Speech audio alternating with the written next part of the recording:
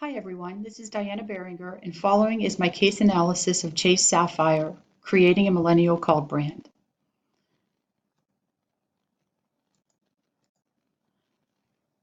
For my own purposes, I looked up the definition of product design and thought it might be nice to share that clarification, as this definition will guide the reasoning behind my suggestions in this presentation. Product design is the process of imaging, creating, and iterating products that solve end users' problems or address specific needs in a given market. Understanding the habits, behaviors, frustrations, needs, and wants of end users is a significant factor in successful product design. The credit card industry classifies customers into three categories: transactors, revolvers, and dormants. Customers that are considered transactors pay their balances in full and on time each month. Thus, they do not pay interest and late fees, which limits the ways that issuers can make a profit off of this group of consumers. In the middle of the spectrum are customers that qualify as credit card revolvers. They can be categorized into two groups: on-time revolvers and late payment revolvers. On-time revolvers carry a credit card balance and do not miss payments.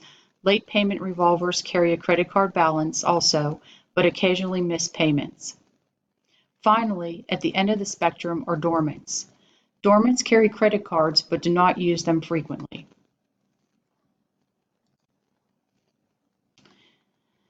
In order to attract the right customers for its product brands based on the three categories of customers, Chase must get to know the customers that they wish to attract.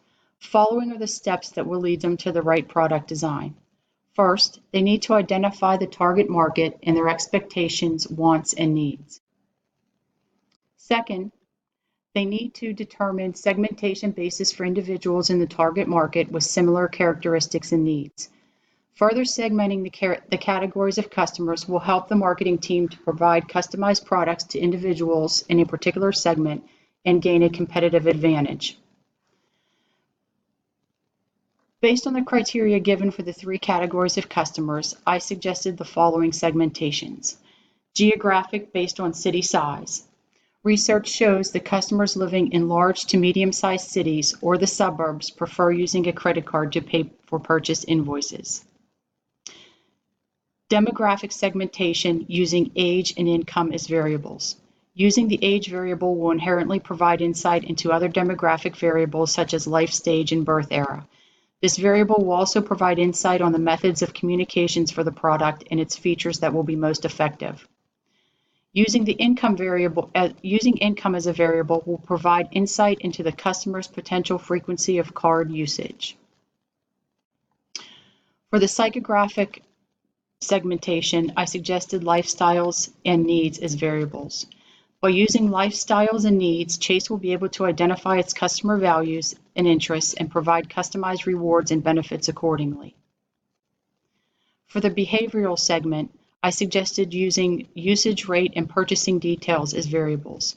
Knowing the details of how consumers utilize their credit cards can help Chase to identify other product offerings that might be helpful for customers. For example, if they see that a customer is taking a significant number of cash advances, they can offer an increased cash advance limit to those customers.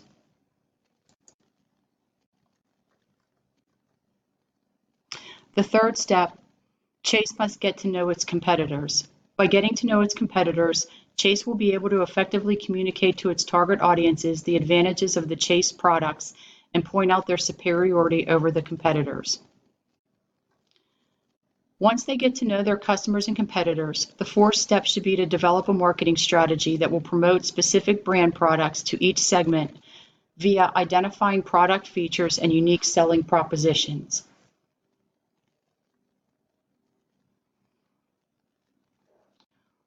Once the product is designed, Chase will need to determine the proper communication vehicles and execute on the communication. Segmentation will assist Chase with identifying what communication channels should be used for each segment's target market.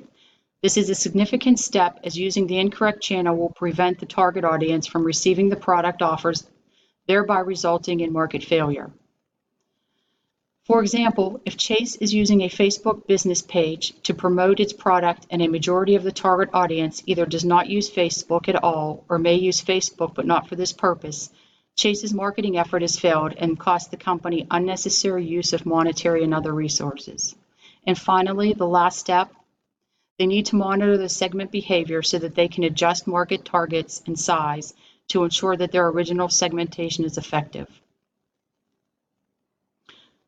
The following slides set forth specific product design and show specific card offerings based on customer types presented in our case analysis.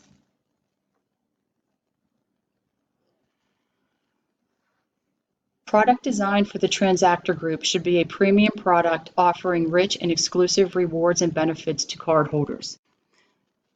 The card should encourage spending that will allow the customer to receive maximum value from the card, and the company will also benefit from maximizing interchange fees, although this is a feature that should not be advertised.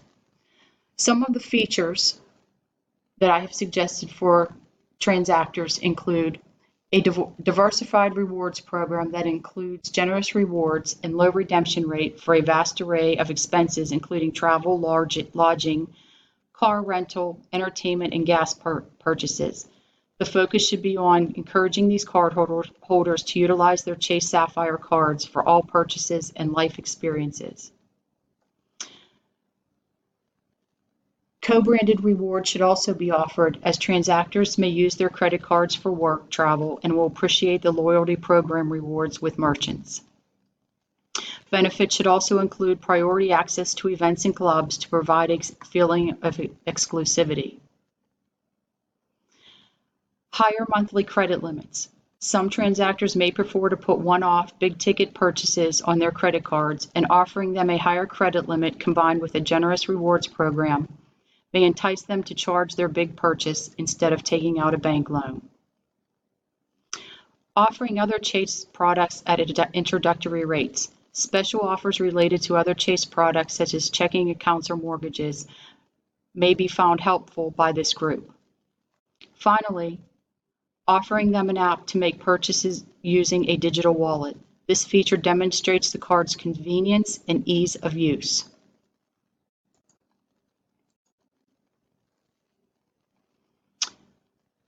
Product design for revolvers. The idea here is to develop customer brand loyalty through a product that proves to them that the issuer has their back and is just not looking to increase profits through the relationship. This will encourage spending and renewal of cards. As with the transactors, this group would also benefit from a diversified rewards program and also a program that included co-branded rewards. Offering low interest rates for consolidation of credit card balances. Education on financial and credit score management.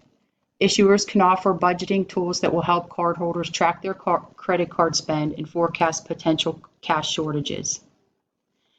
Communications or alerts that warn customers when they are reaching a spending limit that is outside their historical monthly spend. And finally, enhanced security features. Many revolvers prefer debit cards because they believe that they have superior fraud protection.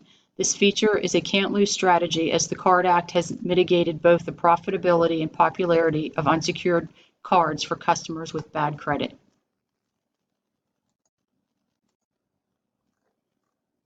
Finally, dormants.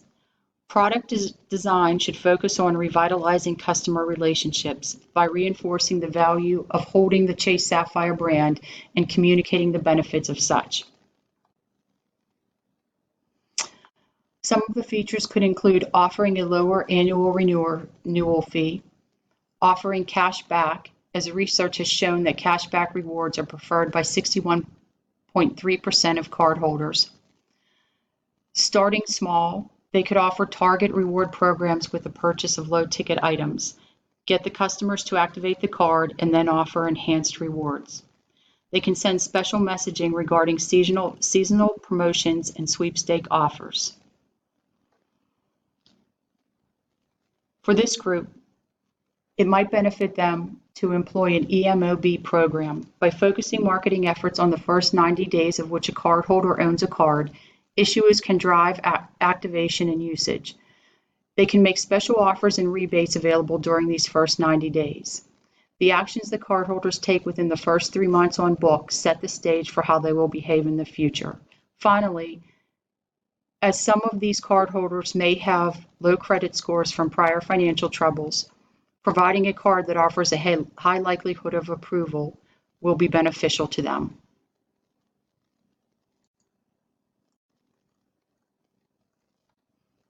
Has Chase Sapphire successfully designed its reserve product to attract the right customers? Chase took the time to get to know its target market and their wants and needs. Their target market included younger, affluent, high-income customers that like to travel and experience life. That is the market that made the Reserve card a success, affluent millennials who like to experience life. So based on that fact alone, I believe that the Reserve card was designed properly and saw overwhelming success with this product. The product design features focused on a market that frequently used their card and traveled extensively. Some of the features that made it successful are: the card's physical design was appealing to its target market, giving them the perception of being interesting instead of rich.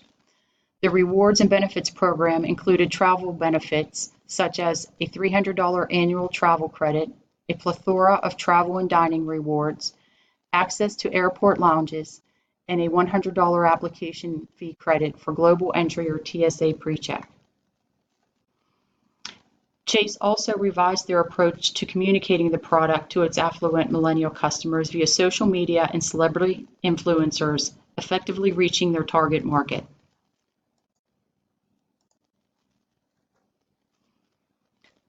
Finally, I have addressed whether the Reserve card was designed to attract transactors, revolvers, and dormants based on the given criteria. I believe that transactors would be attracted to the product as they would be able to meet the bonus requirement to earn the initial points rewards. If they were not frequent travelers, however, they would miss out on the true value of the card and have a difficult time offsetting the annual fee. I don't believe that revolvers would be attracted to this product as the product design includes a 21% average interest rate, which is higher than the average at 17.37%. Also, the product does not offer an introductory 0% APR on purchases and balance transfers. I believe that dormants will be attracted to this product because of the initial product offering, but they are not necessarily the right customer, as they will most likely have low purchases after earning the initial rewards points, or they may cancel the card altogether. That concludes my presentation, and I thank you for listening.